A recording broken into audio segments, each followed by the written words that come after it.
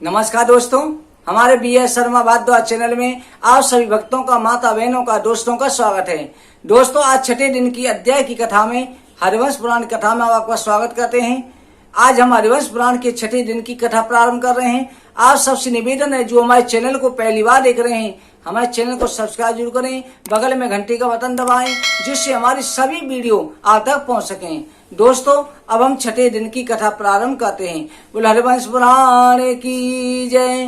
नैन से सूतमासीनाम अभिवाद्या मामतिम कथामृता रसस्वादा कौशला सौनको ब्रवीर सच्चिदानंद रूपाय विश्वोत्पत्त्यादेत में तापत्र विनाशाय श्री कृष्णाय वयम नमः। वैशंपायन ऋषि कहते हैं कि राजन, प्राचीन काल में क्षत्रिय वंश में एक अंग नाम का राजा हुआ। सब प्रकार से समर्थ, धर्मात्मा था, प्रजा की रक्षा करने वाला था। मृत्यु सुता सुनीता के गर्भ से उसने बैन नामक पुत्र को उत्पन्न किया। उस अंग का विवाह मृत्यु की पुत्री सुनीता के साथ हुआ था। मृत्यु देवता जो है वहां पर यमलोक में रहते थे, इसलिए वो अपने नाना किया जाता था। उसे इस कारण से गलत आदतें लग गई, दुष्टता करने लगा। उसने वेदों का अध्ययन, ओंकार का उच्चारण सब जो छोड़ दिया। बहन जो है बचपन से ही अधर्मी हो गया।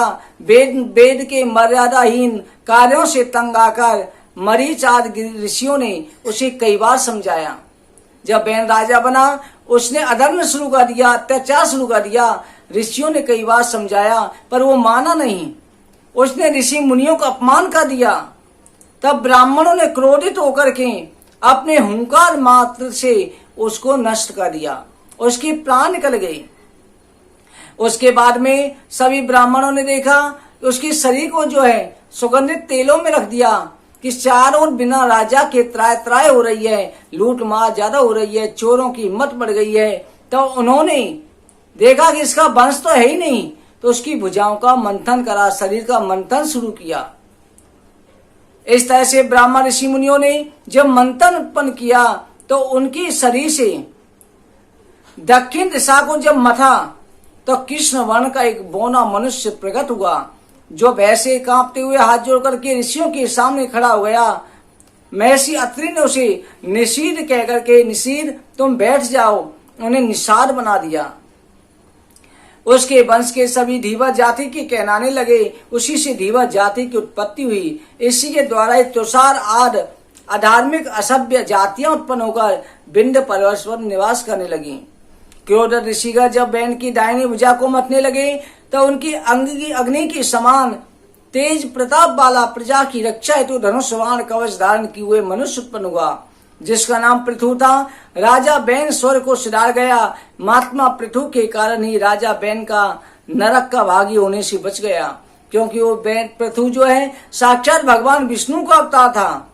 सभी देवताओं ने, लोकपिता में ब्रह्मा देवताओं ने आकर के तेजस्वी पृथु को प्रजा का पालन पोषण करने के लिए राज्य पद पर अभिषेक किया। राजा पृथु के राज में सभी प्रकार की प्रजा प्राणी सर्व संपत्ति से सुखी जीवन यापन करने लगे। राजा पृथु के राज्य में कोई भी पापी नहीं था, धर्मी नहीं था, किसी को किसी प्रकार का कष्ट नहीं था। उस ब्रह्मयुग में राजा पृथु ने एक ब्रह्म यज्ञ किया। उसमें कुंड सोमरस भरा रहता था। मेधावी सूत मागर वह आकर के उनका मनोगान करते थे, स्तुति गाते थे। वो बोले कि हे बहन, हे पृथु महाराज, आपके समान सत्यवादी, सत्य प्रतिज्ञ, दानशील कोई अन्य नहीं है।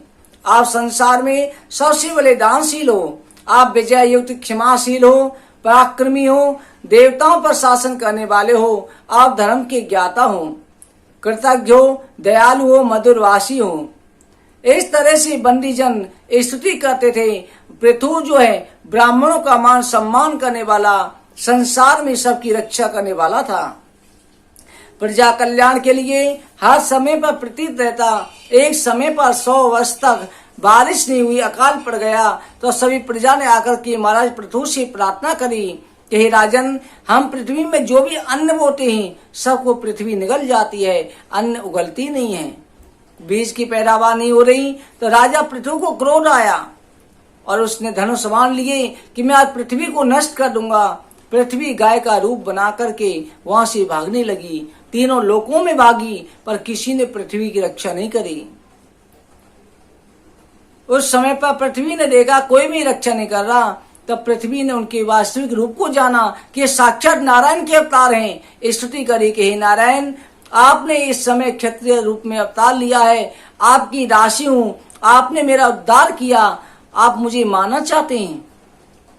राजा पृथु ने कहा, अरे दुष्टे, मैंने तेरा उद्धार उस समय 12 रूप धारण करके इसलिए किया था कि तू संसार की रक्षा करे, सबका भरण पालन पोषण करे, पर तू तो सबको निगल रही है, इसलिए तेरा वध करना उचित है। तो उसने कहा, महाराज, मेरे ऊपर अत्याचार बहुत हुए हैं। पहले तुम्हारे पिता के पापों कारण मेरी भूमि बंजर हो गई है, और जो थोड़ी बोरी भूमि हरी भरी है, वह पहाड़ बहुत है, पानी रुकता नहीं है, आज समतल करें और मेरा दोहन करें। राजा पृथु ने बाणों से पूरी पृथ्वी के पर्वतों को उठा उठा के उत्तर दिशा में फेंक दिया। पूरी पृथ्वी पर पहले पहाड़ी पहाड़ थे। राजा पृथु ने फिर पृथ्वी को, गाय रूपी पृथ्वी के दोहन के लिए सबको आज्ञा दी। सभी ने अपने मनोवांछित काम से, किसानों ने अन्न, ऋषि मुनियों ने दुग्ध, देवताओं ने सोमरस पृथ्वी से दुआ। इस तरह से राजा पृथु ने 99 अश्वमेध यज्ञ किए। 99 अश्वमेध यज्ञ करके 100वें अश्वमेध यज्ञ में जो है इंद्र उनका घोड़ा चुरा के ले गया। तब राजा पृथु को क्रोध आया, इंद्र को मारने के लिए जो है धनुष बाण चढ़ाए। तब इंद्र को लेकर के बृहस्पति उनकी शरण में आए, कहा कि आप इसकी रक्षा करने वाले हो, आप इसका वध क्यों कर रहे हो। तब उस समय पर राजा पृथु ने उन्हें क्षमा याचना कर दिया और उन्हें क्षमा दान करके अपने यज्ञ में शामिल किया। कहा कि मुझे तुम्हारे इंद्रासन की इच्छा नहीं है, मैं तो अश्वमेध यज्ञ धर्म की रक्षा के लिए कर रहा हूं।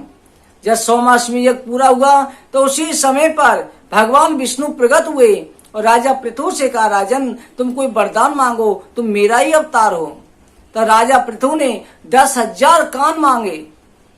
10,000 कान का मतलब ये नहीं है कि 10,000 कान रहे। कहा कि प्रभु, अगर आपकी कथा कहीं भी हो रही हो, चाहे 1000 किलोमीटर दूर हो रही हो, तो समय पर मेरे कानों में 10,000 कानों की शक्ति आ जाए, जो आपका नाम सुन लूं। अगर संसार की बात हो रही है तो मेरा कान बहरे हो जाए। भगवान ने राजा पृथु को वरदान दिया, वरदान दे के अंतर्ध्यान हो गए। इस तरह से राजा पृथु ने जो है संसार में धर्म की स्थापना करी। राजा पृथु जैसा कोई तेजस्वी राजा नहीं हुआ और ना ही होगा। इस तरह से आज की कथा में राजा पृथु के चरित्र का वर्णन किया। आगे कथा में हम मनवंतरों का वर्णन करेंगे। आज की कथा का हम यहीं पर विश्राम करते हैं। बोलो हरिवंश पुराण की जय।